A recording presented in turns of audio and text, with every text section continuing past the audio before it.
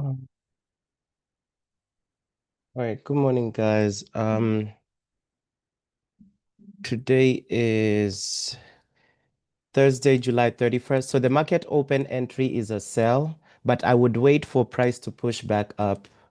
So again, market open entry is for a sell in 20 seconds, but I would wait for price to push back up. So I would wait for price to push to this EMAs right here.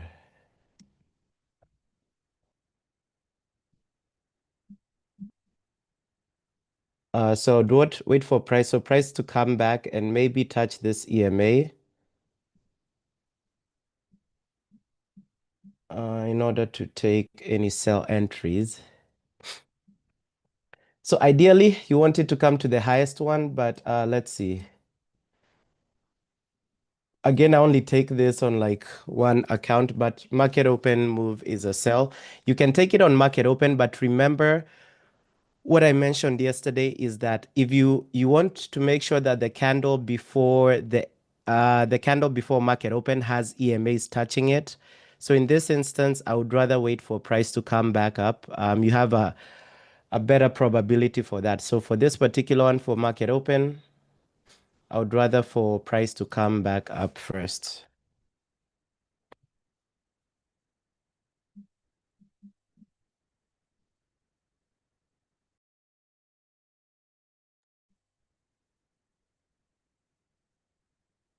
Let's see. For pre-market highs and lows, let's see what we have here. Um, so price has already touched the pre-market low, 509. Again, it did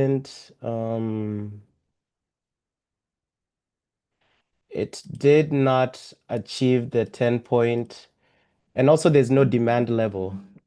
There's no demand level here for,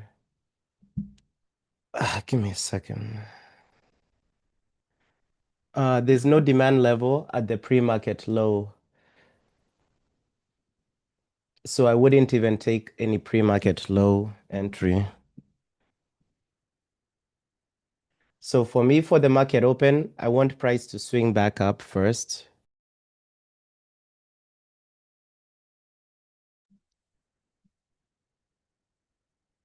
All right, so here we come.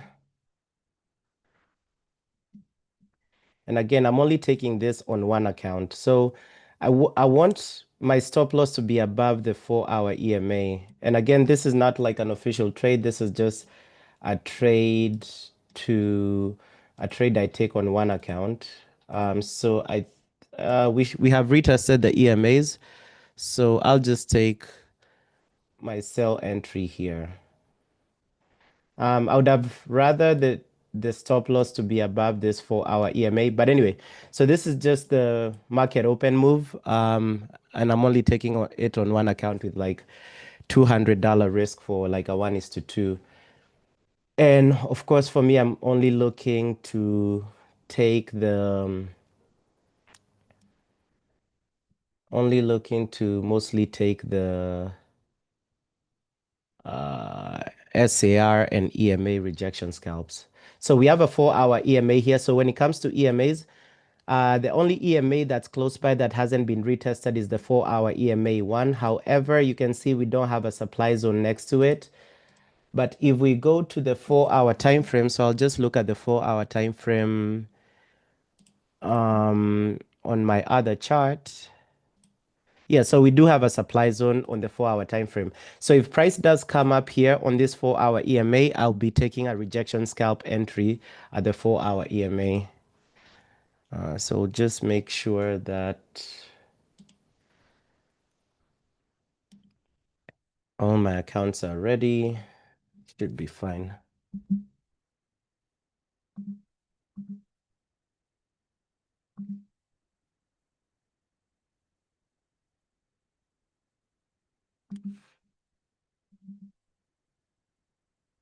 And again, this is what I was mentioning, right? So you don't want to take a market open entry where the candle before market open has not been touched or isn't in contact with any EMA, right?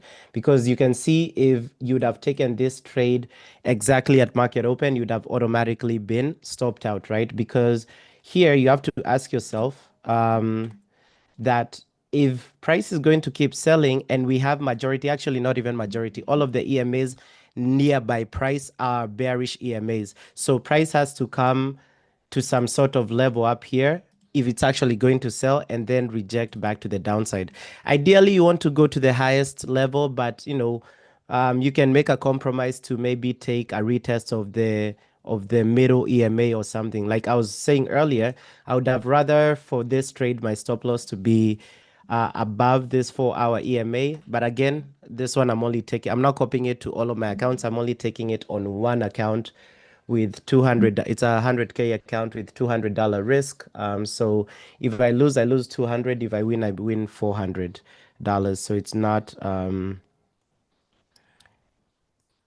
not too big. But uh, rejection scalp wise, if we do push up and retest this 4 hour EMA, that's where I'm looking to take a sell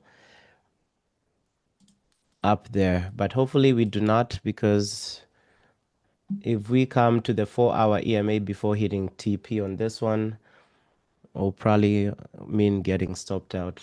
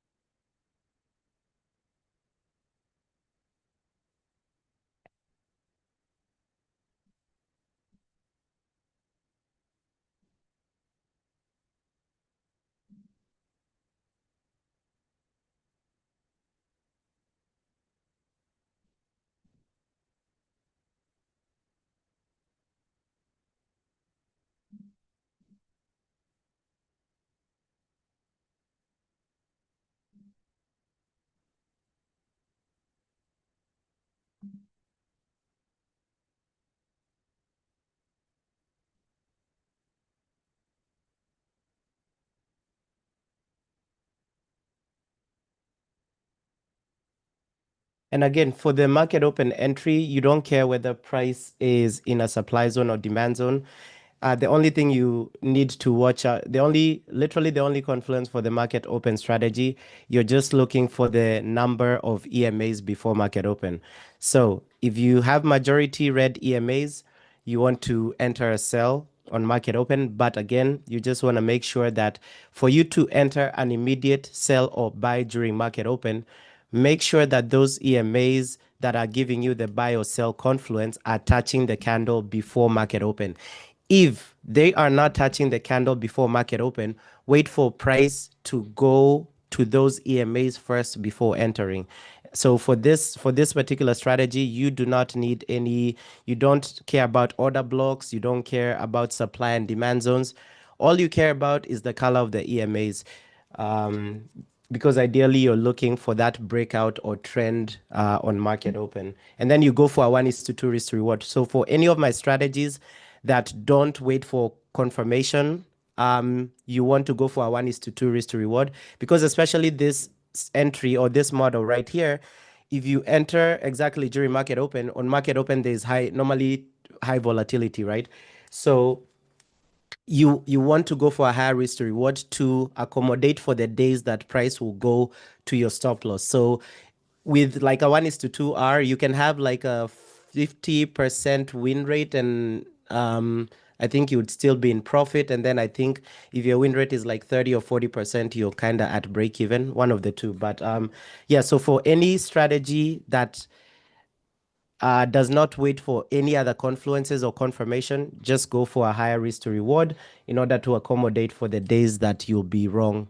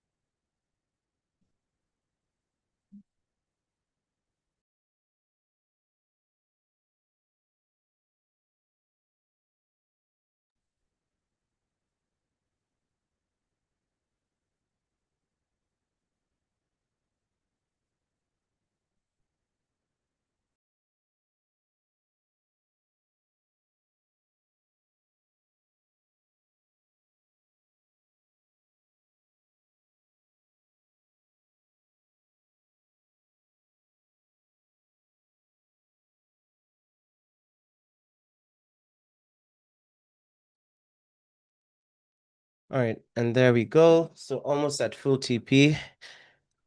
So again, for me, this strategy, I'm not really measuring the metrics. I'm just taking it on one funded account that I have that has trailing drawdown, which I hate trailing drawdowns, but I'm only taking it on one account. So and it's only and there you go, full TP on that one on the market open move. So right now we just wait for rejection scalps. So we do have here some SARs at the bottom and they're in an area of demand. Yes, so we just closed that on my account as well. So that's literally what we are doing, right? So again, if we had taken this trade when immediately market open, we would have gotten stopped out, which is why I say for this particular one, if we do a quick replay here, and I went over this yesterday. So if we do a quick replay here, what is the red flag of taking immediately upon market open? The red flag is the only thing, remember, for this strategy, all you're looking for, so all you need is the EMA indicator, right? And then all you're looking for is the color of the EMAs. And then you're looking at the candle before market open. So if the candle before market open, if you don't have any EMAs that are touching it, if you do not have any EMAs that are touching it, and in this case, majority of the EMAs here were red. So here, ideally, we're looking for a sell on market open because majority of actually all of them, because again, when you backtest EMAs, it's not as accurate when you're doing a bar replay or backtest. But if you remember when we were doing market open, all these EMAs here were red. So if before market open, if we took the sell here, would have been faked out and price would have come back to profit. So that's what you want to avoid. The only time I will take the market open move is if, so let's assume here on this candle before market open, there were EMAs touching, the red EMAs were touching the candle before market open. In that instance, I would have taken the sell immediately market opened because again, I'm expecting price to do a quick bounce off of those EMAs, grab liquidity and push back down, right? But in this instance today, the nearest EMAs were all the way up here. So the best thing to do is wait for price to come back into those EMAs. Ideally, you want it to go for the highest, but especially today, the EMAs were so spaced out together. So you had the highest one was at 650. The lowest one was at 587. So you had 80-point difference between the highest and the lowest EMAs. So in that instance, you want to go for like the mid EMA, which is what we did today. So today, instead of entering on impulse here, because we didn't have the confluence of the EMAs touching the candle before market open, I waited for price to come around here, the 30-minute EMA and 1 hour EMA. So that's good enough. Ideally, I would have wanted a stop loss way above this 4 hour EMA. But for this strategy, you're going for a 50-point stop loss and a 100-point TP for a 1:2 risk to reward. You can go higher than that, you can go lower than that, but just make sure your risk to reward is 1:2. And then you can see what, so if I replay to where I entered that trade, well, uh, okay, I can't undo that far. So I entered that trade somewhere here. Yep. So that's where we entered that particular trade because we waited for price to come back into the EMAs, and I think it was somewhere down here. So we waited for price to come somewhere into those EMAs and then entered it on the retest of the 30-minute and hourly, and then price shot down. So the analogy or the idea behind this strategy is price will go during market open more times than not. Price will go in the direction of the majority of the EMAs that are near market open. And if during market open, uh, price isn't the candle, the 15-minute, let me put a time frame on it. If the 15-minute candle before market open is not being touched by any of those EMAs that are giving you the direction, wait for price to go like halfway between the highest and lowest EMAs and enter on impulse there. Now, there will be days where price is not immediately going to, or where price is not going to grab liquidity at those EMAs and price will go in your direction almost immediately. So there are times like today on market open, price could have shot down immediately, and I've seen it. Again, I've only been trading this model or this strategy like 2 weeks. Yeah, 2 weeks. I did back testing like for a month before that. But there are times I saw that price immediately went in the direction that the EMS told me without coming back to grab liquidity. So, and that's another reason why you're going for a 1:2 risk to reward, so that in the days where you miss out on the trade, in the days where price has to come back and reject off of an EMA, the 1:2 risk to reward is accounting for that. So for this one, yesterday was a win. So yesterday I didn't take any trades during the morning session because again, I say that I normally don't trade the Wednesdays that have a FOMC with a press conference because historically it has been a losing day for me. And it's actually good that I didn't trade that because if you guys saw yesterday, I finally passed this phase one of the E8 account. It's like a three-step account. So 20K profit target, the afternoon session. And I told you I wasn't able to stream the FOMC session because something came up. But in the afternoon, like in the morning yesterday, this account was at 17,300. And then in the afternoon session, I had like a nice 1:2 trade. So I made about 5K or something on one trade. So I passed phase one on this one. So I'm ready to start phase two. So in the last 1 week, and this phase one took me like 30 days, I think, yeah, 29 days. So in the last 1 week, I've passed like 3 or 4 challenges. And I think there's two more I may pass this week, if not next week. But yeah, so literally like that's literally all I do. And most of those challenges, the profits have come from all these live trades that we are doing. So for today, let me see. EMA wise, the only EMA we can trade today is, so this one has already hit TP, so I can take it off. So the only EMA that we can trade so far for the day is, if we turn on our zones here, the nearest zone is a supply zone, which is all the way up here, which is why I think US30 might still keep dipping. But we have this 4-hour EMA one here. So price might, if we come to this 4-hour EMA, I'll be looking to take a sell on US30, and this is for a rejection scalp. So EMA wise, that's the only entry we have for a sell, unless price keeps. Yeah, we don't even have any potential buys for EMAs today. So right now it's only sells that we can take based off of the EMA rejection scalp. And for pre-market high and low, we had the today's pre-market low tested, but if you remember during market open, we tested it a little bit. It did not get to the 10-point threshold.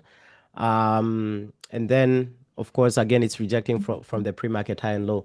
For the pre-market high and low trades, I don't take them on any of my challenges or funded accounts because again, I have to be mindful that I give myself normally three potential back-to-back losing days. I'm sorry, losing trades in a day before I call it a day. So for me, the SAR and EMA kind of give me that. So um, yeah, but I mean, the pre-market high and low is good as well. I'll probably get an account separate from the SARs and EMAs to trade the pre-market highs and lows. The only thing for it is I've noticed recently it doesn't get to the 10-point threshold, which is our model one entry. Like today on market open, it came, touched it, came down a little bit, like 5 points, and then pushed back up. So like today, it wouldn't, if you're using Model 1, it would have been invalidated. We do have today's pre-market high that is all the way up here. We do have a supply zone, and I do see we have a 15-minute bullish order block, and the bullish order block is away from our TP. So yeah, so today if price comes to today's pre-market high, that would be a nice scalp at the top there. If price does get there, I can mark it up. But again, personally, I'm not taking it on any of my accounts for now. I'll probably get a separate account for that. Let's see. So I think we'll get to this 4 hour EMA one. So I'm looking to take the sell there. So you can see price as the EMAs are moving, I'm sorry, as price is moving, the EMA is going to move away.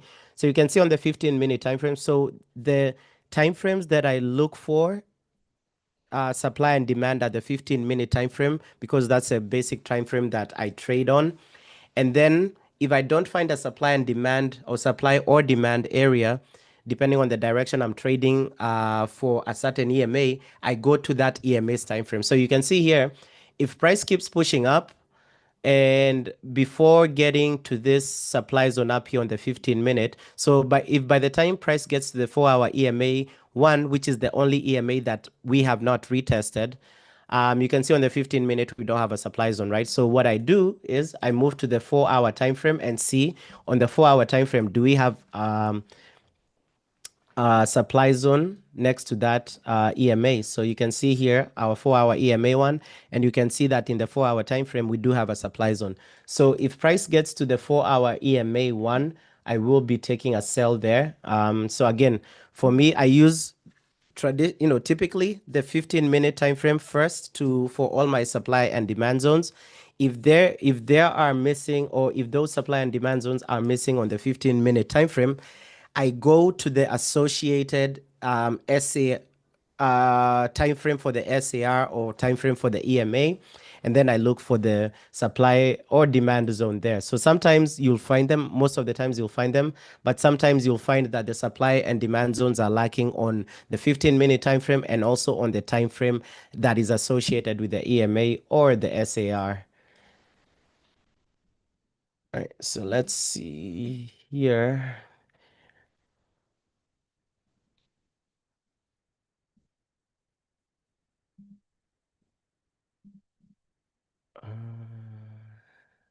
All right. So sell wise today, we have potentially, mm, we also have hourly EMA 2 that hasn't been retested up here.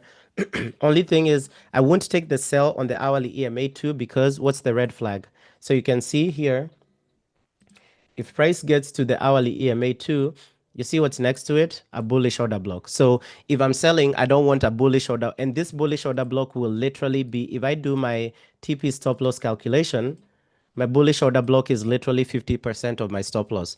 So if the bullish order block was like here, 80% or 90% of my stop loss, like I can take that trade. But if you mark up your 1:1 risk to reward, and you find that if you're selling and you find a bullish order block 50% and below of your stop loss, don't take that trade, because what can easily happen is price can come here and then push all the way back up, right? But if that order block is like 90% or 100% of your stop loss, you do have you do have a nice probability that price may reject your TP before coming back up to tap into that order block, right? So it's all a game of probabilities.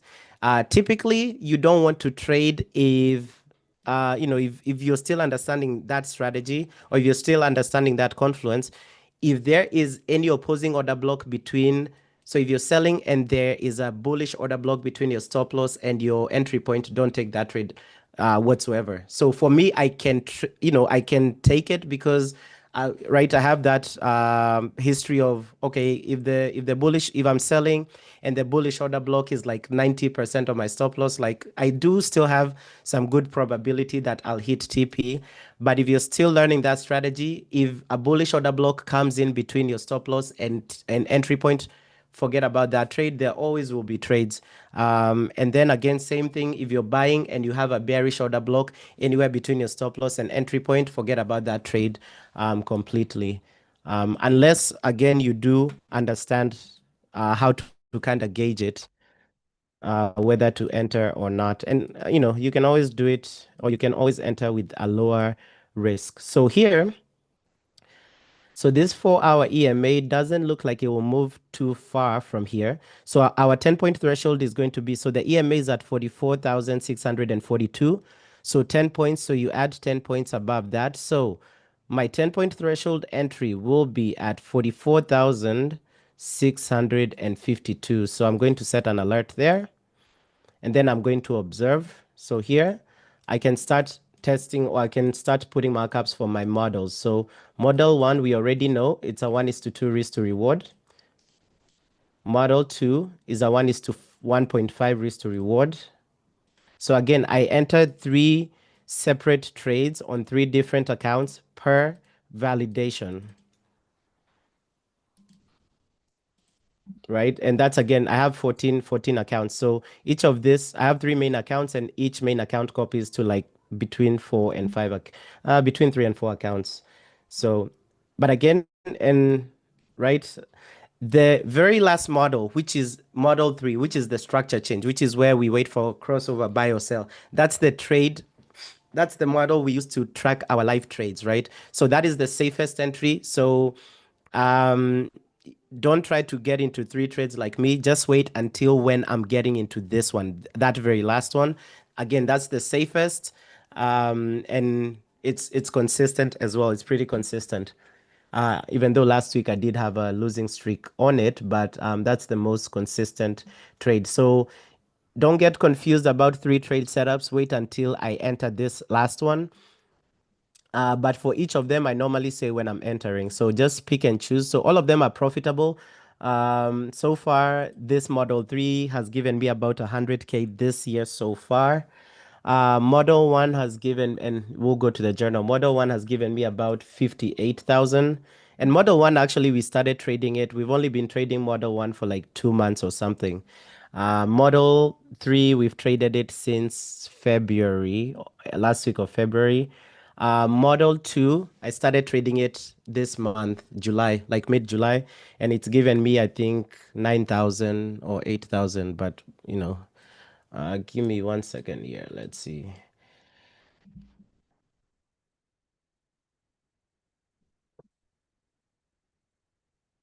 All right, see, let's go back to see.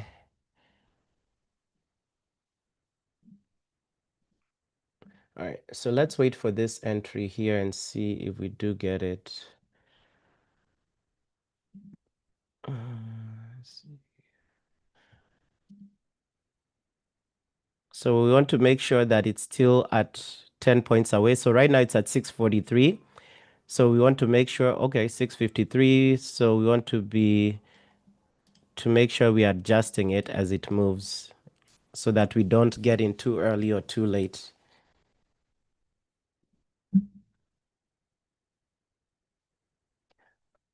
And today, this week, apply settings. Time is at 9:58. All right. No.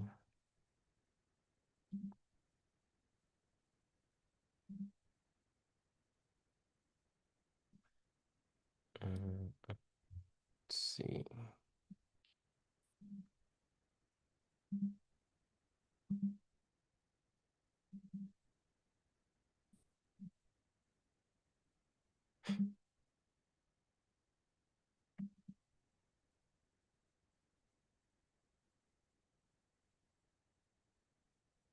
All right, there we go.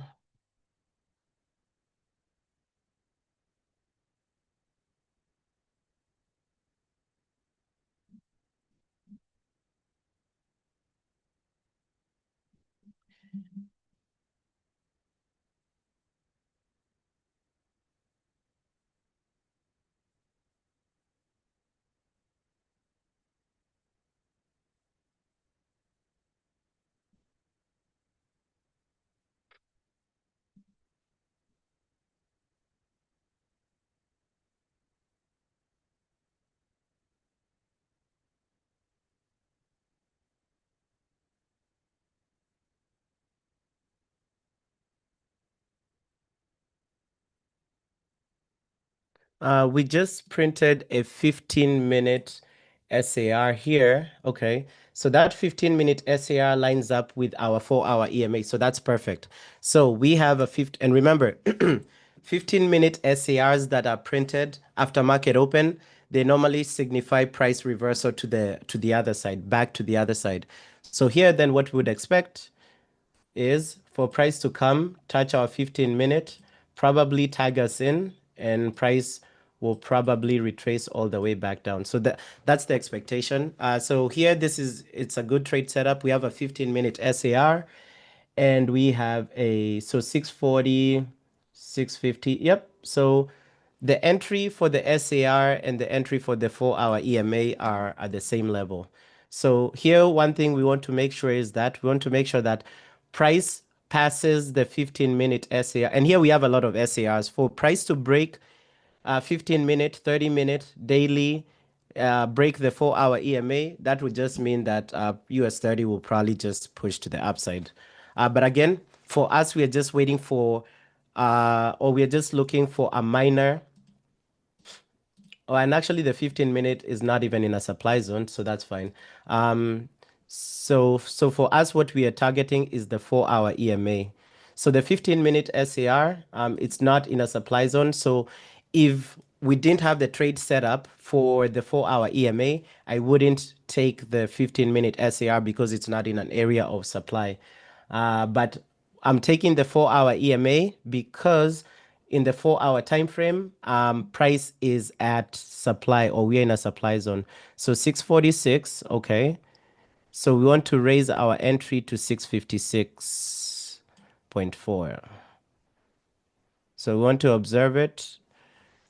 We want to observe where this X will turn into a check mark. And again, since an EMA is moving, right now the X turned into a check mark because price is coming back down, but price never got exactly to the 4-hour EMA. So if you go to the 4-hour time frame, price never got to that. So again, the 4-hour, I'm sorry, EMAs are always moving. So if price has come back down, uh, it will kind of show that, oh, this EMA has been retested, but it hasn't been retested.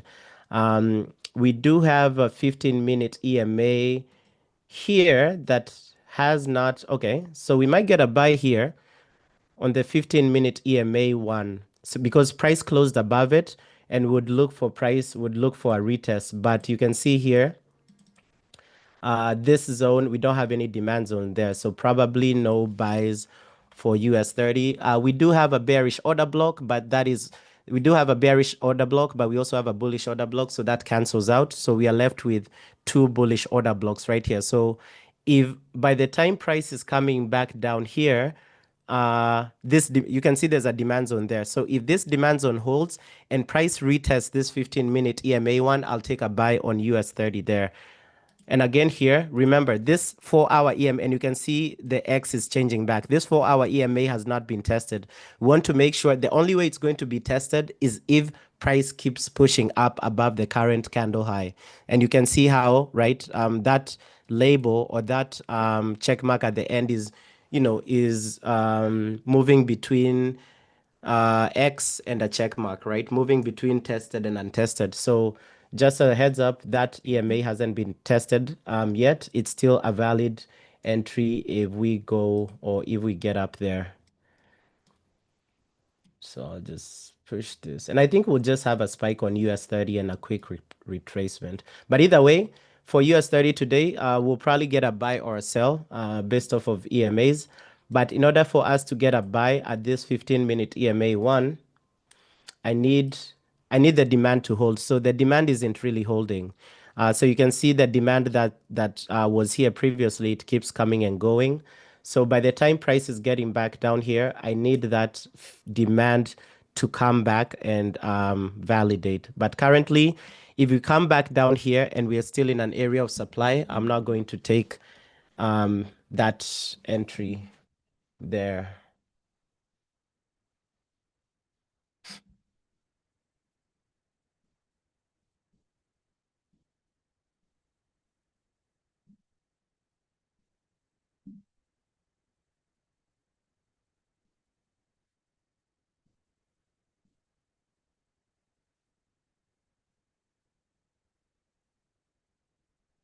Right. So again, same thing here, what I was mentioning. So I did say that DAX, which is the German 30, German 40, whatever. I think nowadays it's German 40, moves and respects EMAs like an SAR similar to US30. I did say that the times for trading it are the market open for it is 3 a.m. Eastern time. But I did notice that it's still, even post market, I think it closes at 10:30 a.m. Eastern time. But market movement for it is still yeah, I don't think if price keeps pushing down this way, this area will just be a supply zone. So there won't be any demand zone to take this 15-minute EMA buy from. But yeah, so same thing on DAX here on market open. We really didn't have too many we had some EMAs touching the market open candle. So for this one, same thing. 50 points TP. I'm sorry, 50 points stop loss, 100 points TP. Yep. And the market open for DAX would again still be running. So again, for this one, if this was kind of like US30 for market open, I would take this trade for market open because you can see before market open, the candle before market open, we do have EMAs that are touching that candle right there. And then this 50 point kind of goes into all these red EMAs. So this is one of those instances where if you get stopped out of this trade, it just means that they had a lot of power to break through all these EMAs. But you can see here, the market open for DAX would be on the way to profit, but it's only slow because DAX, I think, it's remaining with 1 hour to close. But yes, for if we kind of backtest the entries that happened for, okay, and I'm not gonna say market open. When I say market open, I mean New York market open, but DAX actually opens at 3 a.m. Eastern time. So if we kind of look at if there were any entries, and I'll just put an alert here just to be alerted if US30 comes back up. So if we kind of backtest DAX to when it opened today, so if we actually do the market open itself for DAX, I'll do for the EMAs, but let's look at the SAR entries. So the SAR entries for DAX, let's see here, I'm pretty sure this was, let's see, for DAX here. Okay, so we had a bearish order block here. So we were in a demand zone. We did create an SAR in here. However, again, this one I wouldn't have taken because you can see the bearish order block is literally what? Is literally 50% or 40% of the stop loss, right? And you can see if this one was taken, right, price would have ended up being in a loss. So same thing, I wouldn't have taken a buy at this 30-minute SAR because our bearish order block, right, is like 50% of our TP. So weeding out such trades, or making sure that you're weeding out the invalid trades, kind of saves you, or not kind of saves you from having bad entries. Yeah, so for DAX, it doesn't look. So for DAX, you're looking to trade between 3 a.m. to 4:30 a.m. So that's the morning session. And okay, so we just tested the 15-minute EMA one, right? So we don't have a demand zone. If we did have a demand zone here, I would be looking to take a buy on US30 at 569. I still think US30 may push back up, but if we did have and you see all these bullish order blocks here, I think US30 is going to bounce off of here. The only issue is that unfortunately, we don't have a demand zone, and I'm not going to break any of my trades as much as I still think here this would have been a nice trade, and we would be in the trade like right now. But anyway, I think US30 will push up here. Uh, so morning session for DAX is 3 a.m. to 4:30 a.m. Eastern time. Afternoon session is 7 a.m. 7 a.m. to 8:30 a.m. Eastern time. So for DAX, SAR wise, there wasn't any trades for the morning session. For the EMAs, if we do the same thing and replay this, so we go to about 3 a.m. here. So the candle before 3 a.m. is right there. Okay, so here, same thing for 3 a.m. So 3 a.m. you can see uh the market open candle or the candle before market open. Um there were no EMAs touching it, so you kind of wait for price to retrace back down, and then you target for a 1:2 or something of the sort. So you wait for price to retest. Yep, so somewhere here. Yeah. So market open, so you can see market open for DAX, same thing. Market open for DAX, you wait for price to come to you first because the candle before market open, the candle before market open wasn't touching any EMAs. So you can see this is the candle before market open, wasn't touching any EMAs. So you wait for price to come to your EMAs. So instead of entering exactly on market open, wait for price to come to your EMAs, maybe somewhere in between, so that you don't miss out. And then you kind of ride price all the way up there. So market open for DAX would have hit full TP on it. I don't like doing bar replays for like EMA entries because like the actual buys and sells for EMA entries because EMAs are always moving and sometimes doing the bar replay for it is not always as accurate. All right, so you can see here US30 is still dipping, which is a good thing. We don't have demand there because you can see as much as we do have these order blocks here, so 67. So the 10-point threshold entry would have gotten stopped out because our entry would have been at 67, so somewhere around there. And even so, the 10-point threshold would have gotten stopped out. Yeah, 10-point threshold would have gotten stopped out. Um, our one so model 1 would have gotten stopped out, model 2 would have gotten stopped out, and model 3 would have gotten stopped out. So again, this is why you want to only buy in demand and sell in supply. The only area or the only entry that doesn't care whether there's a supply or demand is the market open entry, because that one is fully guided by the EMA direction. But yeah, so for this one, I still think US30 might reverse the upside because we do have this hourly bullish order block, 30-minute bullish order block. So I still think US30 will reverse back up. And this 4-hour EMA entry is still valid for US30. So we need price to push up and make sure that this 4-hour EMA is still valid, because if price pushes up, this 4-hour EMA is going to go back up and we'll probably get a trade entry. I have to drop off. Well, let's see. I have to get on a call in a few moments, but I'll probably just mute and get back in. It shouldn't be too long. But yeah, but things to note for this trade today, potential sell at the 4-hour EMA. Buy for buys, I was hoping we get would have gotten to this. Maybe this will be an afternoon session entry, um, because this is the nearest demand zone for US30.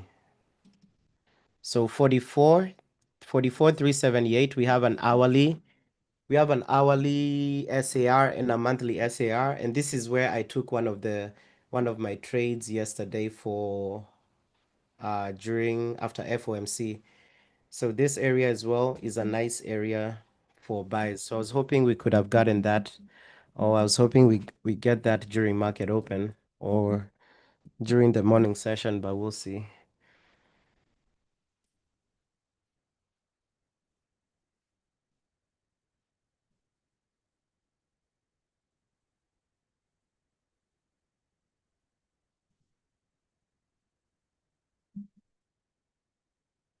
All right, so we've closed below the 15-minute EMA one, but I wouldn't, as much as it might be in a supply zone.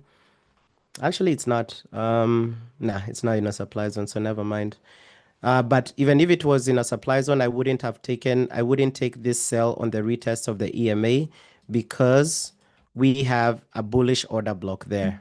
So we literally have a hourly bullish order block, 30-minute bullish order block, so 15-minute bullish order block that would be within 50% of my entry and stop loss. So for me, best case scenario here is buys on US30, but we don't have a demand zone to even try and get a buy in.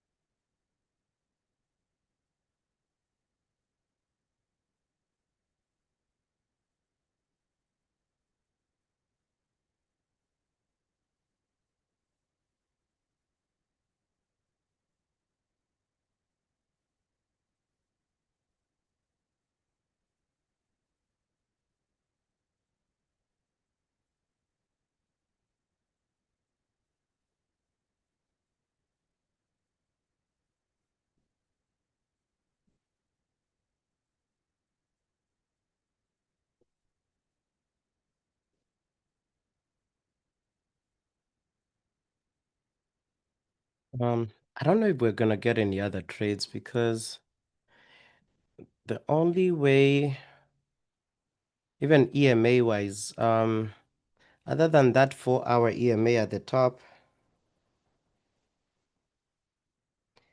I really don't see anything. And also SAR wise, the nearest demand zone is all the way down here. So even if we get an SAR between where price currently is and 387, which is about 150 points away, any trade that comes in or any trade that lines up in this zone is invalid because there's no supply or demand zone. So the only trade that would be valid is if price gets to this level, this SARs here. And I don't even know if that's possible. I mean, it is possible, but I don't know if that's probable in the next 30 minutes. So honestly, I don't think there'll be any trades for today.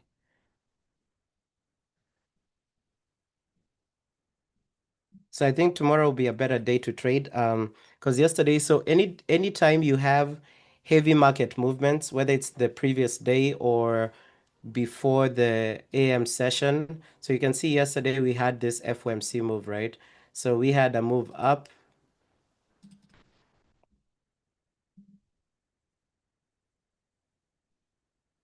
We had a move up and then move down and then another bigger move up to pre FOMC price. So anytime you have heavy price movements the day before, normally the day after is normally a slow day. So I think tomorrow, and also it's the last day of the month. So maybe the afternoon session might be better, but you can see right here price is stuck in consolidation right here. So yeah, I don't think there will be any entry here other than that 4 hour. So I still think US30 will push back up. Like looking at all these wicks and looking at this 4 hour EMA, I still think we'll push back up. That's just my thinking. Because if we push back up, I'm looking to take the sell on this. Because you ask yourself, if they're supposed to sell from here, well, technically they've already, if anything, they've already captured entries from this or any liquidity from this EMAs, right? So this might be the beginning of the move down. But if they are supposed to go back up and get more liquidity to bring price down, you already know that we have this 4 hour EMA 1 and this hourly EMA 2 that have not been retested. So anyway, I have to get on a quick call. I'll just mute myself. If something comes up, if you guys see me drawing this and putting them on a candle, that just means I'm in a trade. But yeah, so I shouldn't be too long. And we'll just wait and see if something comes up. All right.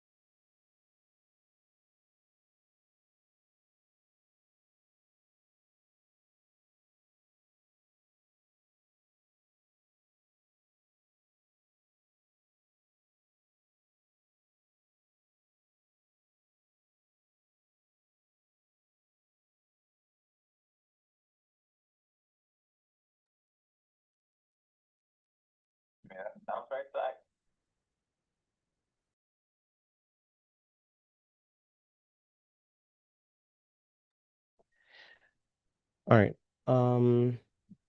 So nothing really is gonna. All